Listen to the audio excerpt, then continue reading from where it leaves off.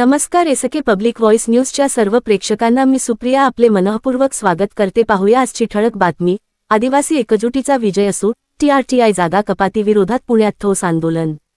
जागा वाढवाच, टीआरटीआय विरोधात आदिवासी विद्यार्थ्यांची एकजूट, आयुक्तांना निवेदन। सविस्तर वृत्त असे की दिनांक 22 डिसेंबर 2025 रोजी टीआरटीआय स्पर्धा परीक्षा पूर्व प्रशिक्षण योजनेतील कमी करण्यात आलेल्या जागांच्या निषेधार्थ आदिवासी विद्यार्थी पुणे शहर यांच्या वतीने ठोस भूमिका मांडत जोरदार आंदोलन करण्यात आले।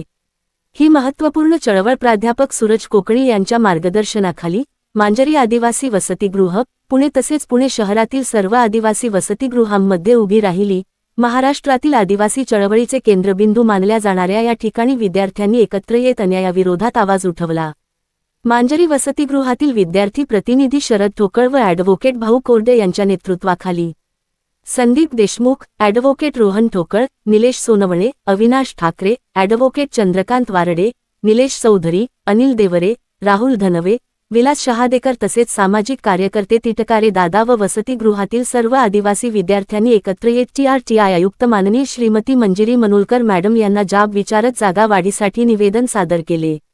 विद्यार्थ्यांची संख्या वर्षानुवर्षे वाढत असताना टीआरटीआय योजनेतील जागा कमी कशा करण्यात आल्या, असा थेट सवाल विद्यार्थ्यांनी उपस्थित केला। विद्यार्थ्यांच्या ठाम आणि आक्रमक भूमिकेमुळे तेथील प्रशासनही हादरल्याचे चित्र पाहायला मिळाले। विद्यार्थ्यांनी स्पष्ट शब्दांत सांगितले की हा अन्याय आता सहन केला जाणार नाही। आजचा आदिवासी विद्यार्थी सावध, संघटित आणि सजग झाला आहे। आपल्या कोणत्याही बंधू भगिनीवर अन्याय झाला तर तो कधीही सहन केला जाणार नाही, आजही नाही आणि भविष्यातही नाही।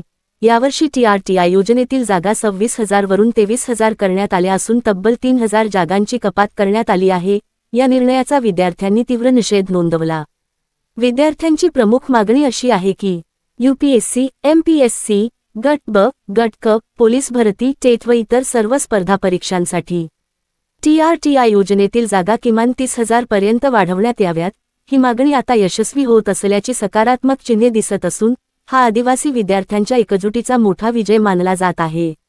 महाराष्ट्रातील सर्व आदिवासी विद्यार्थ्यांसाठी आदिवासी विद्यार्थी पुणे शहर हे अन्यायाविरुद्ध आवाज उठवण्यासाठी सदैव तत्पर आहेत आणि राहतील, असा ठाम निर्धार यावेळी व्यक्त करण्यात आला। एसके पब्लिक व्हॉइस न्यूजसाठी पुणे जिल्हा चीफ ब्युरो यांचा खास रिपोर्ट।